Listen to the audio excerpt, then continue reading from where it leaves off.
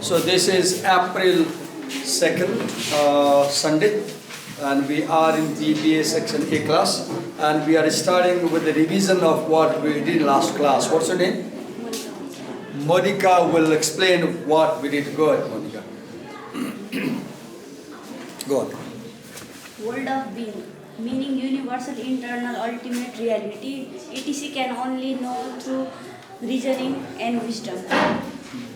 World of being, okay. We studied about the world of being, okay. And then essence of reality. Example, when you look at me, you only see coat, pant, but there is something in my body which cannot be seen. The essence, the soul, good. Good. Sure, but can only see through reality. Okay, go on. World of being, becoming, material and physical, sensory, not real, just ability. Okay, you can just tell the points. World of becoming, good. Being good. Point में go on. और क्या थी? Nature means how much we are able to group to reality. Okay, nature. Grasp, grasp reality. Go on. Plato satisfy you only see face, it is sense you, but if you see heart, it is real, it is all reasoning. I didn't get him. I didn't get it. Next, I didn't get it. Point मात्रै भन्ने के point पढाएको थियो point मात्रै भन्ने explain नगर्ने. Upper word, just upper word, good. Lower word, lower word, shadow, अरु reflection, sky, okay, sun. okay, got it. Thank you. Bye. Got it. So, let me wrap up that dialogue quickly and move to next chapter. Under philosophy, we began with Plato and his allegory of the cave, right? Where the question was, can we know the truth? And the question was, what is truth? So Plato said that truth is ideal, not material, right? And this material truth can be known through senses, but the ideal truth can be known only through reasoning, right? Therefore, we need to teach our students reasoning. And then, besides this, he also presented an allegory, right? To tell this thing that we can know only through reason, not through senses. He presented an allegory, which is very important thing. In an allegory, there is comparison, right? There is an analogy. In an analogy, there will be objects, right? And these objects symbolize concepts, right? Now, in the allegory, you see a lot of objects. For example, you have the cave, you have the prisoners, you have the chains, their necks are chained to their knees, you have the wall, you have the shadow on the wall, right? And then you have a raised pathway behind the prisoner. Then you have people walking down the pathway, right? They are holding objects, right? There is fire behind it all. Then the prisoner frees himself from the chain. Then the prisoner climbs up. Then he comes to the door of the cave. Right? He comes to the door of the cave. Then he walks out of the cave. Right? Then outside, he sees trees. Right? He sees the lake. he sees his own reflection in the lake, right? He sees the moon in the sky. He sees the stars. He sees stars at night, right? Finally, he sees the sun, right? And you can draw a vertical line and write shadow here at the bottom, and you can write sun here, and you will see there is a hierarchy. You can interpret this as a hierarchy of knowledge. Hierarchy of knowledge. You are here.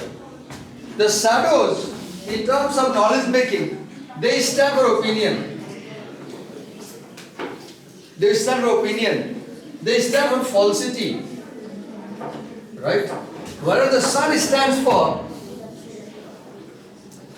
ultimate truth. Right? Now when you know that all these shadows have been caused by the sun, so the sun is ultimate cause. The shadows are effect. Shadows are effects. Effects can be seen by senses, but the ultimate cause can be known only by reasoning, only through reasoning. You cannot know that ultimate cause through senses.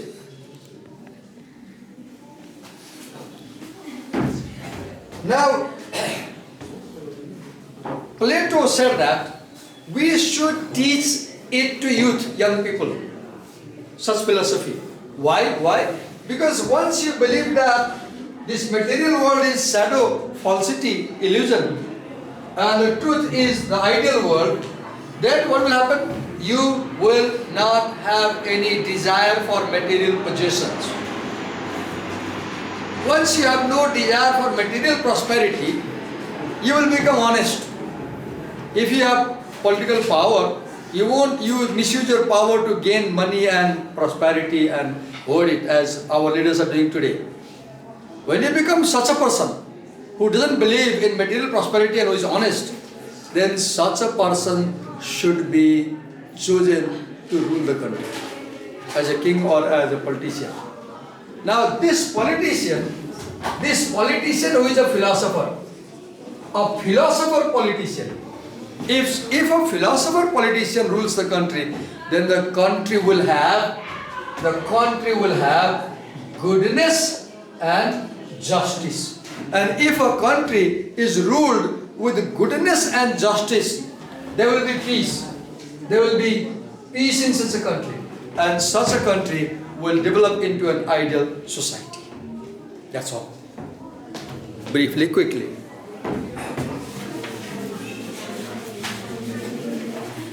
I have mailed you these slides which I made. Hope you find time to go through them and also learn other ideas, right? Okay, now in one of these slides, if you remember, I talked about the concepts of thesis, antithesis, and synthesis. And I also use the word dialectic method. In a dialectic method, there will be a conflict between two opposing forces, and a third result will come. In a dialectic method, there are two opposite ideas, opposite concepts, opposite situations, opposite people, anything opposite each other. Two poles. And these two poles will fight against one another. And this fighting between the two poles, let's say a boy and girl, okay, they fight. Now this fighting can have two consequences. There is chance that the boy and the girl will destroy each other. सुनिया सकल television ना ए खास गरी इन्डियामा आउँछ ए फलानुको लभ थियो रे अनि त्यहाँबाट समाजले चाहिँ बिहा गर्न दिएन रोक्यो छेक्यो अनि दुवैजना चाहिँ पुलबाट फालर नदीमा मर्यो। I have heard this such news. The two opposing poles, they had a tussle, let's say, because society. अब tussle के बीच में हुआ है society and individual. Conflict between society and individual. Individuals want to be in love, society doesn't allow. Result क्या हुआ? One of them is destroyed. Or sometimes both are destroyed. So one consequence in dialectic method is both forces get destroyed. Second consequence is the two conflicting forces will end up in harmony. Their conflict will develop into a peaceful result. They'll become friendly and they will come together. And when they come together, there is synthesis, not destruction. And from this synthesis of the two opposing ideas, a third new idea is born. A third new concept is born. I am talking about this idea because the next chapter we are going to deal with, that is, let me open the chapter.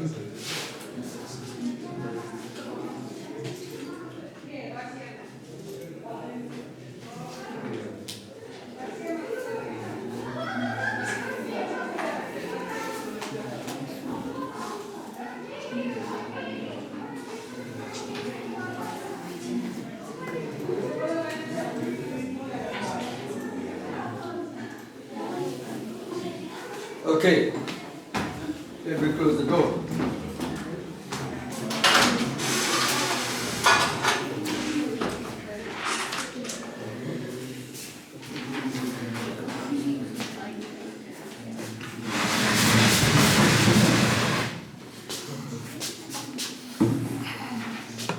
Okay.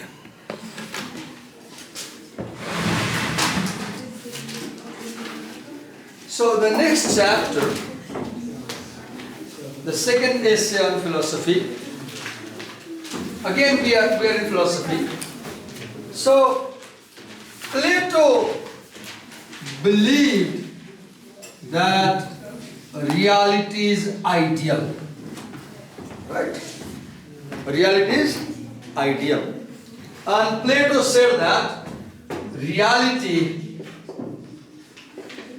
is not material. Plato.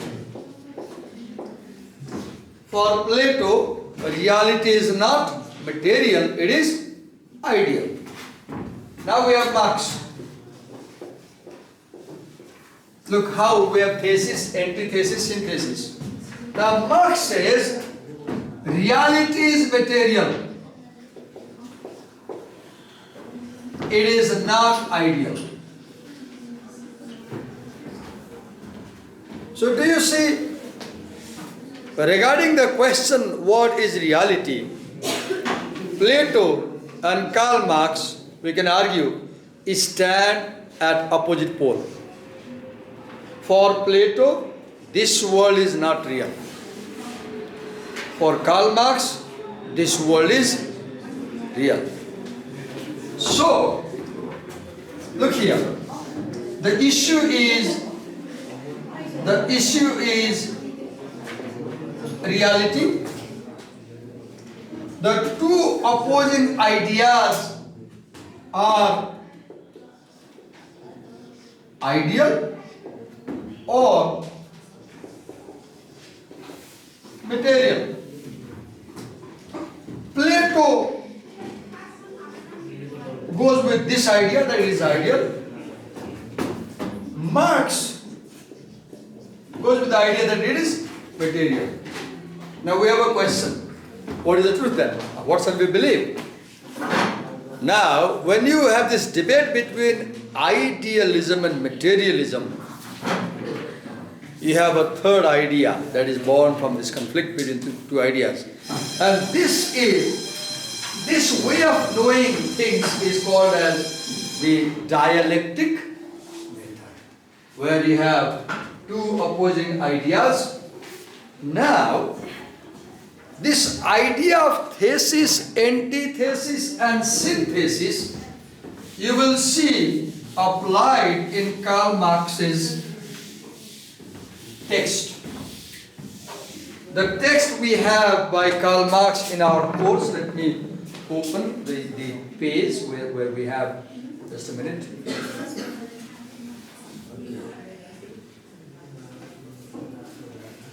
So the text is titled, as you can see, the Manifesto of the Communist Party.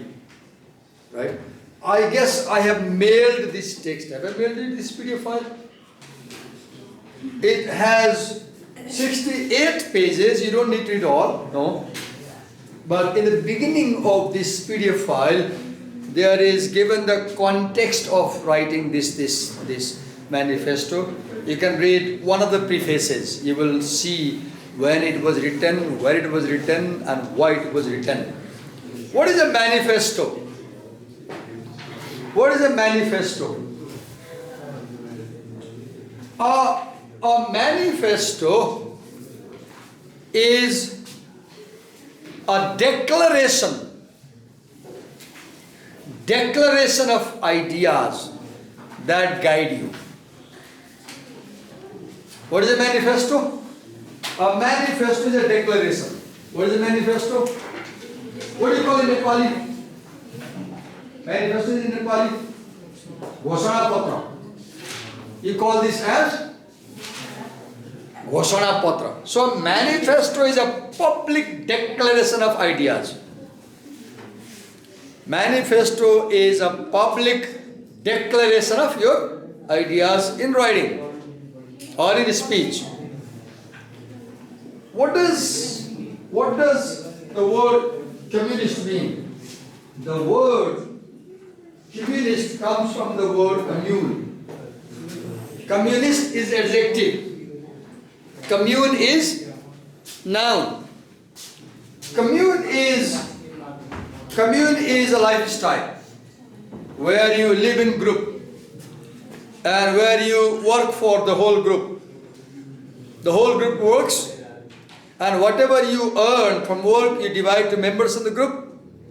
You share the work and you share the profit. It's like socialist thinking. So communism was an idea. Communism was an idea propounded by Karl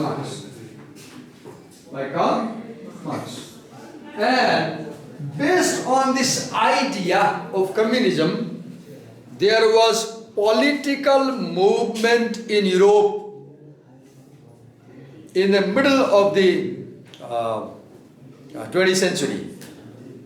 There was a political movement, and this political movement was known as the Communist Revolution. What was it known as?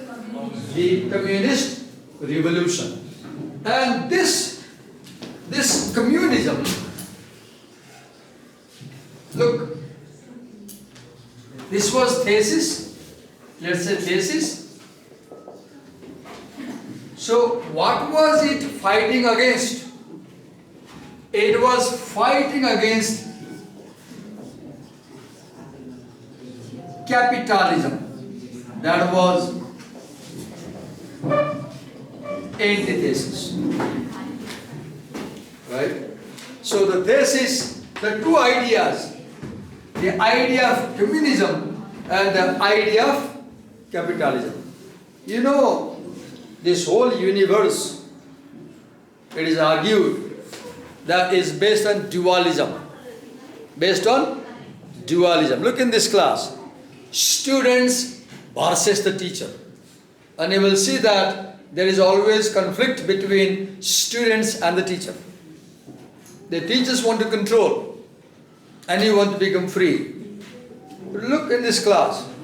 We have boys and girls, boys and girls. Look, the two genders, two sexes, boy and girl. They are opposed to each other.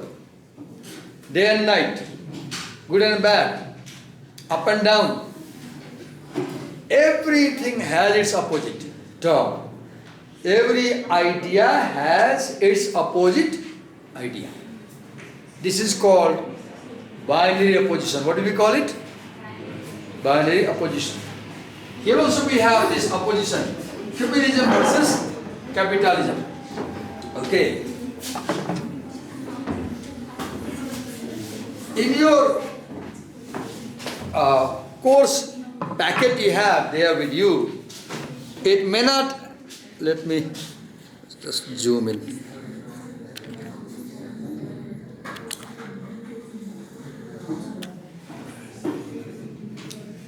It may not have this introduction, right? You read, I won't deal with this in class. You read at home. What I will do, I'll move to the first section. This treatise has sections. A treatise is a long piece of writing.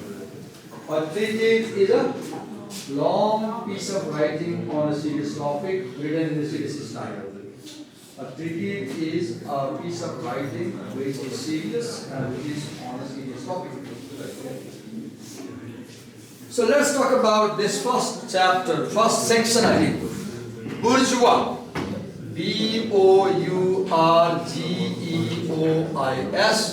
versus P-R-O-L-E-T-A-R-I-A-N-S. As you can see, right in the beginning, you have two terms, right? You have two terms as you can see on the screen. Bourgeois versus proletarian. So do you see two ideas? There are two ideas. And you will see that there is conflict between these two ideas. There is conflict between these two ideas. Now, in every chapter, you will get new vocabulary. Right? For example, when you studied Plato, you came to words like nature, being, becoming, reality, materialism, idealism, eternal forms, universal forms, shadows, philosophy, philosopher, education. You can make a note copy where you note down such new words you get in English and you make sure you understand their meaning. Then only you can write an exam better. You must develop your vocabulary. In the same way, in second chapter also, you will get new words. Now, how do we read? There is one way, effective way of reading such text. For example, this one. So my question is, how shall we read this kind of essay? Text, how do we read? Effective reading. So you can do, as you read, you separate idea from the detail. Separate idea from the detail. I'll give an example right now. What are details? Details are, statistics are details, data. 125 people were killed in traffic accidents. Now the idea is traffic accident. Detail is 125 people were died. Then anecdote is a detail, story. A story in first semester, first essay, American Values and Assumptions, paragraph 3. Gary Elton begins with this story. Once upon a time, I went to a department store and I saw a mother in queue. She had a baby and she wanted to buy a juice for her, but she didn't have money. Remember this story? I don't know if you recall. Then a detail is facts. The sun rises in the east, it's a fact. Then a detail is example and a detail is reason. We call this SAFER, briefly, safer. Now what is idea? Idea is something that can be elaborated. You can talk about it in detail. For example, bourgeois. B-O-U-R-G-E-O-I-S. The word bourgeois is an idea. You can explain that in detail. For example, you can give a detail. Now, who is a bourgeois? Who is a bourgeois? A rich person is a bourgeois. In that sense, Elon Musk is a bourgeois. Now look, this is a detail. You named it. Bill Gates is a bourgeois. Right? So you have idea. And you have specific detail. See, ideas are general statements, general words, general concepts. And details are very specific, particular. Human being, an idea. Divakar Upadhyay is a human being, detail. Specific example. Okay. Now let's apply this to this text. Let's apply. I'll show you a way so you can read that way at home. Let's read there are paragraphs, The writing, basic unit of the writing is, let's say for us, paragraph, right? There are paragraphs. And you will see that a paragraph has two components. A paragraph has two components. It has an idea and it has some details. So let's read the first paragraph and see what is the idea and what is the detail. Okay. The history of all hitherto existing society is the history of class struggle. Do you see? This is one sentence paragraph. If you pay attention, there is a second paragraph, next sentence. Do you see? If you have the book.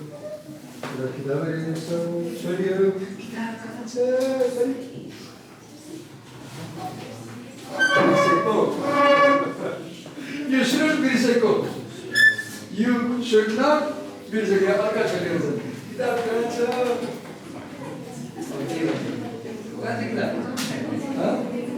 Holy neighbor comes.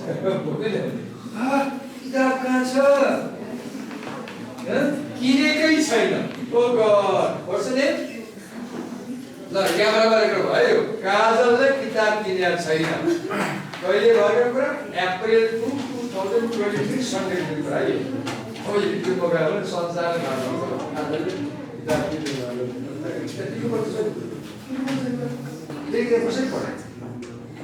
Lord and what you know that? Yeah, without fighting. Other of the Christian, huh? Never the Christian, without fighting. Oh God, why do we do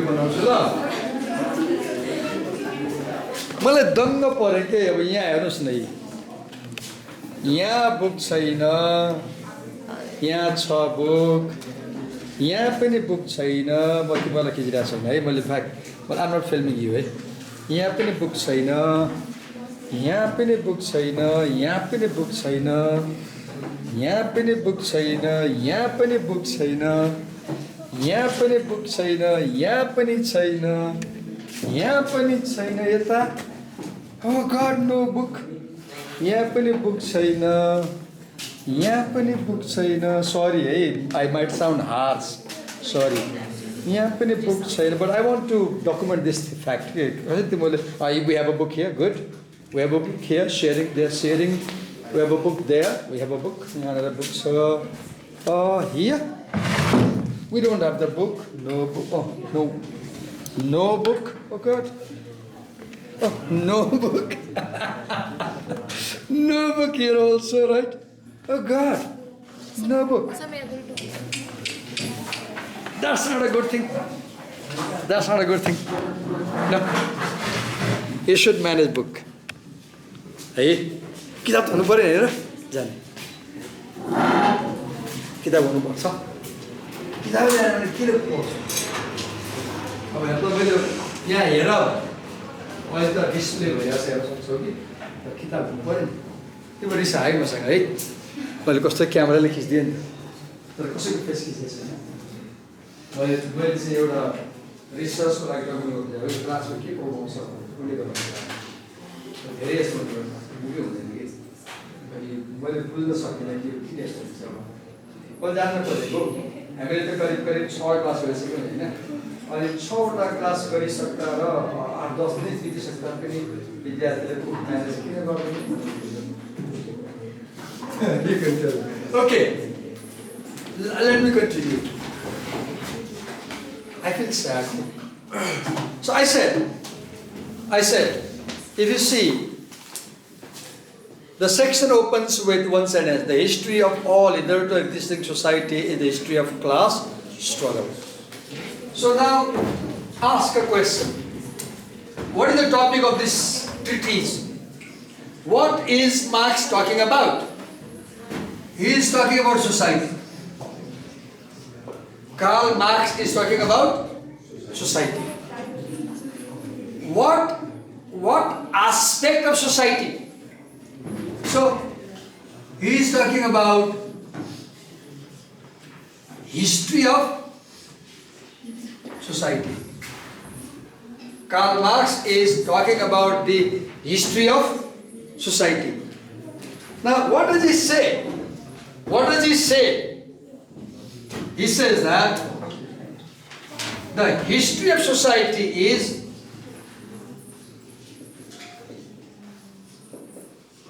history of class struggle. History of class struggle. So ask a question. What is the idea in this single sentence paragraph? What is the idea in this single sentence paragraph? And simple answer comes, the idea in this single sentence paragraph is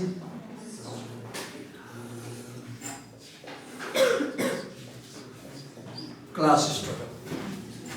And the whole treatise we are going to read is about class struggle and its consequences. So whenever you say, this is the two words, class and struggle. What is a class? If you check dictionary, the word class, definition of class, C-L-A-S-S, class. A class is a category which is different from others. This is section A class, right? So it is different from section B. How it is different? Because you may have different teachers, you may have different rooms for it, you may have different students in it, you may have different routine, time of teaching, because the two are different classes. So the word class is a group of similar items. A class is a group of similar items, and this group is different from other groups. Different from other groups. Second word is struggle. Second word is struggle. What do you mean by struggle? When there is struggle, if there is struggle, there may be violence, there may be social unrest, there may be fighting involved. In struggle, one class will try to finish another class. One class will try to win over another class. Right now you see there was a struggle. Your English teacher had asked you to come up with a book. You were without book, and your teacher took the camera and instantly began to film the fact to keep it as a record. Then he didn't have book. What was he doing? This teacher was gathering evidence. He was gathering evidence. And I'm sure you were not happy. You were not happy. So do you see, there was a struggle between the student and the teacher. The teacher wanted students to do something, bring the book, and the students didn't bring. And the teacher was not happy. You too were not happy because he was filming to gather evidence. A small example of a struggle. When there is struggle, there is friction. There is friction. I'll give an example. Come here. Off the camera. Okay, you try to free yourself. Try. This is a struggle. Go on, keep digging. Free,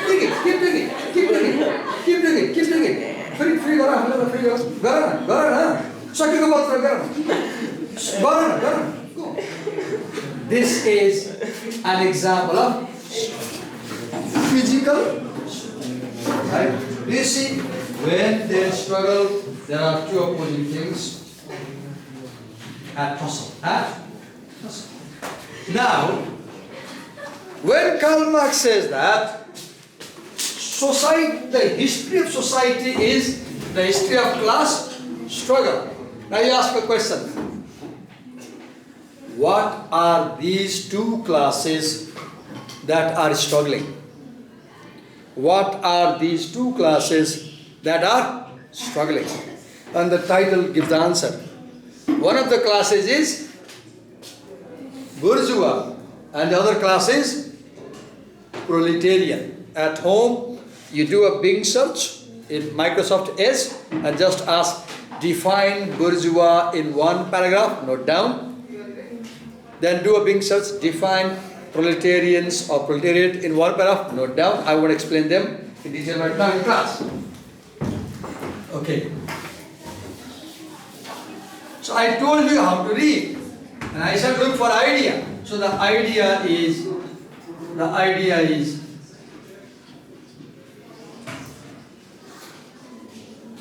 class struggle. An example. Now look, this is idea. This is idea. Now details, there are two details. Bourgeois and proletarians. So these two are details. There is one idea and two details. Your job is pay attention to the idea. Details are also important, no doubt. But ideas are more important than details, particularly for exam perspective. You shouldn't forget the detail, ideas, the gist. Okay.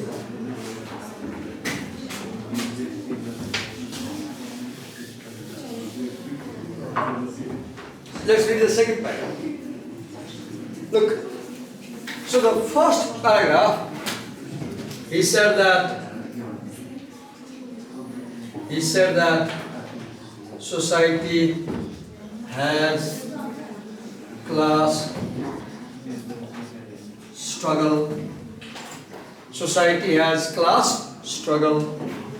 This is the idea. This is a claim. This is an assertion. If you go down, now you have details. Look, free man and slave. Okay, let's write here. Free man, slave, patrician and plebeian. Patrician, plebeian, lord and serf. Lord, serf, guild master and journeyman.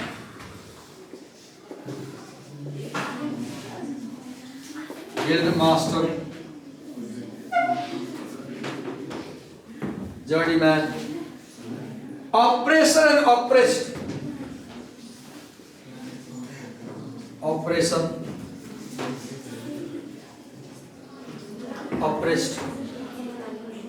Student constant opposite one another, carried on an uninterrupted, now hidden, now open fight.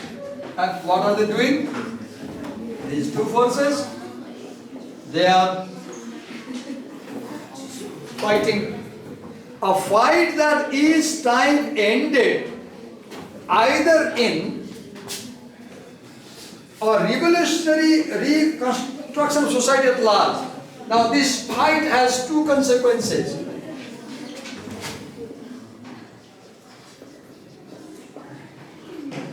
Revolutionary reconstruction of society, one consequence, then, or in the common ruin of the contending classes, or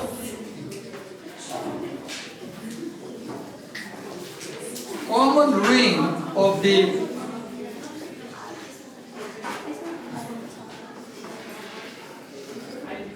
look, this is sentence 1 gave the idea. Paragraph 1. Paragraph 2, it gave details. So what is the structure? Para 1, idea. Para 2,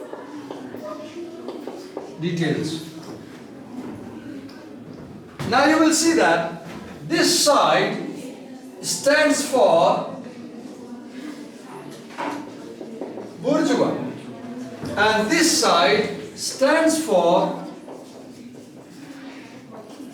proletarian. A slave is a proletarian. Plebeian is a proletarian. So you will see poor people are proletarians.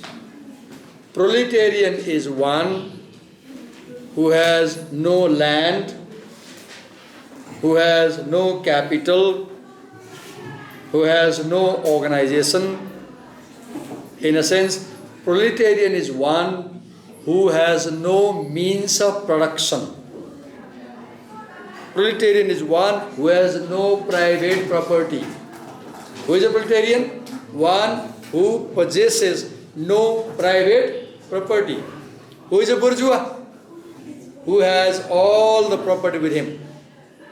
So bourgeois is one who has everything. Proletarian is one who has nothing. And the haves, the bourgeois, the haves, and the proletarian, the have-nots will fight. They will fight. And this fighting has two consequences. Either they will destroy each other, or they will lead to a restructure of society in a new way. And Karl Marx in this treatise shows that throughout history, such conflict or fight has led to restructuring of society, and as a result of this class struggle, new classes are born.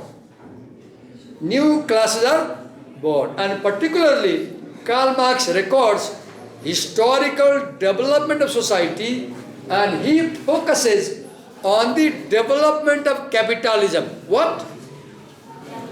Development of capitalism. And he says that out of capitalism, communism is born. Communism is born out of capitalism. Remember, antithesis is always born out of thesis. Antithesis is always born out of thesis. Right?